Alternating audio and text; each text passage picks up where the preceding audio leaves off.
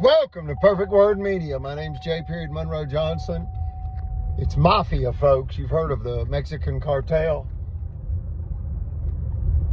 and how the criminals conspire with officials in Mexico. Well, this is an American version of that. That's what this is. It's an American mafia, an American cartel, if you will, conspiring with officials. And the facts prove it. You don't have to believe me. Believe the unanimous Supreme Court of Alabama, case number 1051726, Federal Credit Inc. versus Greg Fuller. Believe a $10 million, that was a $5 million sabotage scheme by the officials of Marshall County that denied Eujena R. Collins statutory immunity for simply using a 10-day bad check notice. They then withheld her business license for 10 months when the law says you can only hold up business license for 30 days. You know, either the person qualifies or they don't. That's not the way Marshall County did it. They wanted to strangulate Eujena R. Collins' 23 office financial conglomerate, Federal Credit Finance Corporation, to death because she appealed the $5 million extortion scheme to the Alabama Supreme Court, and they took her case. She went from Marshall County to Montgomery County, Alabama, USA, and the good old boys did not like it. And they certainly didn't like the scathing rebuke. Brother Chappell said a stern spanking. That's what Brother Chappell said. He said the good old boys received a stern spanking from the Supreme Court of Alabama, and they didn't like it, and they retaliated against the white female that they got caught robbing. And that's the God's truth. They've now attempted to steal through bank fraud 3 hard times. Wow. Hard means so much evidence, it's undisputable. It's above debate.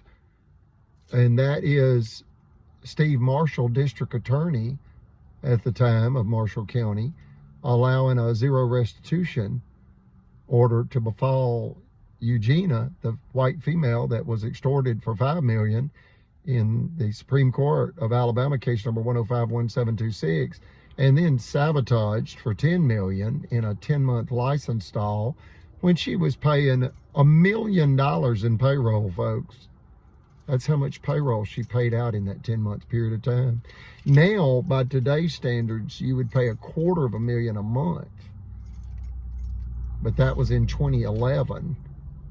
And everything's gone up, including payroll. Payroll's the #1 expenditure for most American corporations and small businesses. And that's why the Confederate Army fought the Union Army in the Civil War. The Confederate Army, unfortunately, wanted to perpetuate chattel slavery and get wealthy by executing violence in order to perpetuate chattel slavery. It's just unconscionable, the level of barbarity among the white supremacy of Alabama. And now they're attacking white folks like they have other marginalized people. I'd like to read something and then close this video. Understand they extorted Eujena for $5 million. They then sabotaged her for $10 million. And then they sabotaged her, not only finance company, but then her automobile business. And now they're attempting to sabotage her real estate revenue. The title of this statement is American Domestic Terror. And for those that need to write it down, just do that. It speaks tremendous truth. And here it is. The Alabama KKK kleptocracy has long used religion to justify the marginalization, harassment, denial of rights, and even death of individuals based on their identity. Nazi Germany terror tactics executed against innocent Americans by corrupt Alabama state agents for theft and death.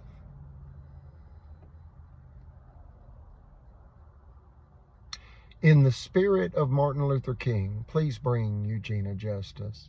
God save the United States. A quote by Martin Luther King, a quote he's most known for: injustice anywhere is a threat to justice everywhere. Like, share, and subscribe.